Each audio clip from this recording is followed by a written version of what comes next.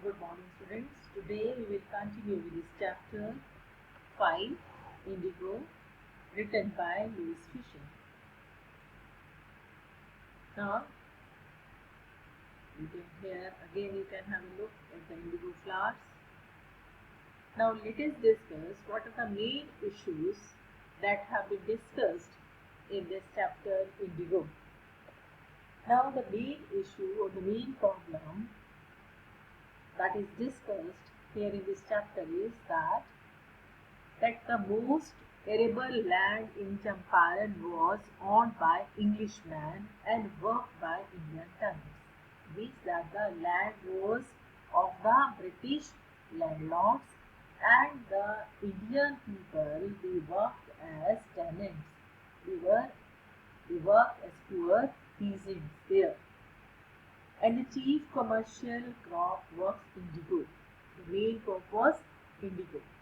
As you know, here you can have a look. That is this crop was the main crop.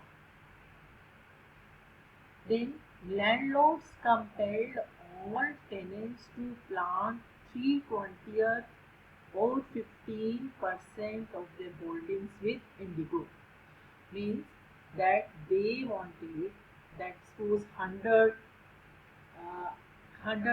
square meter land they have given on rent. Then on 15%, that is 15 square meter land, they will grow indigo and they give the entire indigo crop as a rent. The rest of the 85% land, the farmers could grow their own crops. So this was done by long-term contract. This was the contract signed between the British landlords and the Indian tenants, Indian peasants, Indian farmers, that they will grow on 15% land, they will grow the indigo crop and they will give the entire indigo crop as a rent to the British landlord. So this was the main issue. Then after some time what happened, that Germany developed synthetic indigo. So now when the synthetic indigo was developed by Germany, the prices of the natural indigo grown by the Indian peasants, they fell down. So the landlords, they did not want the indigo crop.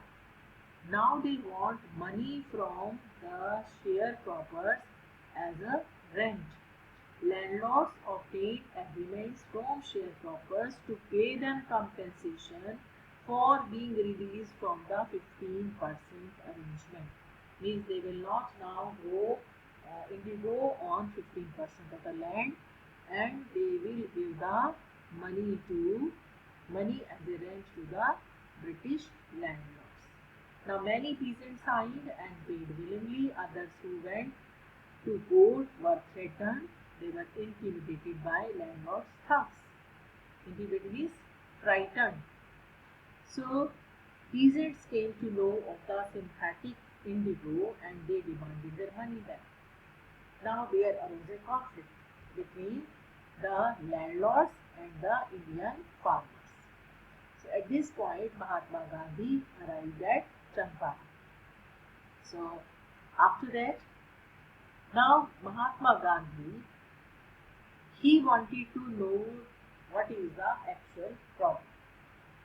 So he wanted to get information from both sides. He wanted to get information from the British officials as well as from the poor Champaran peasants. So this was Mahatma Gandhi's way of solving the problem. Mahatma Gandhi had a very systematic approach to problem. He, along with his lawyer friends, gathered as much information about the problem in Champaran. He gathered evidence, documents to support their case. Everything was documented, everything was written down, and convinced the British officials. Mahatma Gandhi tried to convince British officials, who finally set up an official commission of inquiry. And the commission awarded 25% refund to the peasants. Now Gandhiji explained that the amount of the refund was less important than the fact that the landlords had been obliged to surrender part of the money and with it part of their prestige. Otherwise, they thought that they are the lords. Nobody can question their authority. But by this action of Mahatma Gandhi, now the peasants saw that they had rights and they had the defenders. They learned courage and they gained the confidence. Then, in this way, Mahatma Gandhi tried to solve the problem of the poor peasants of Champaran. Mahatma Gandhi saw the cultural and social backwardness in the Champaran villages. So, Mahatma Gandhi did not stop there, didn't stop working there. He, uh, he, with the help of his associates, set up a school in Champaran, taught the community the lessons in health and hygiene. And this was typical Gandhian pattern. His politics were intertwined with the practical day-to-day problems of millions.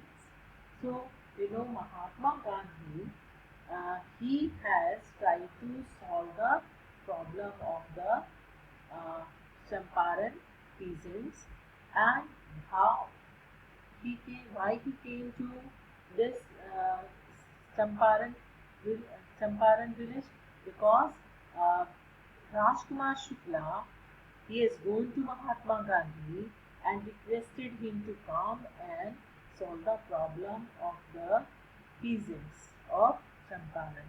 And Mahatma Gandhi tried to solve their problem, and due to Mahatma Gandhi's actions, the peasants, they learned the courage and they also gained confidence. And Mahatma Gandhi has not only solved the problem of the Champaran peasants, but he also made efforts to remove the backwardness from Champaran villages. He tried to teach the people about health and hygiene, and so this was typical Gandhian pattern, that his politics was intertwined with practical and day-to-day problems of the millions. So now we should again revise this chapter, and next video we will discuss the questions based on this chapter.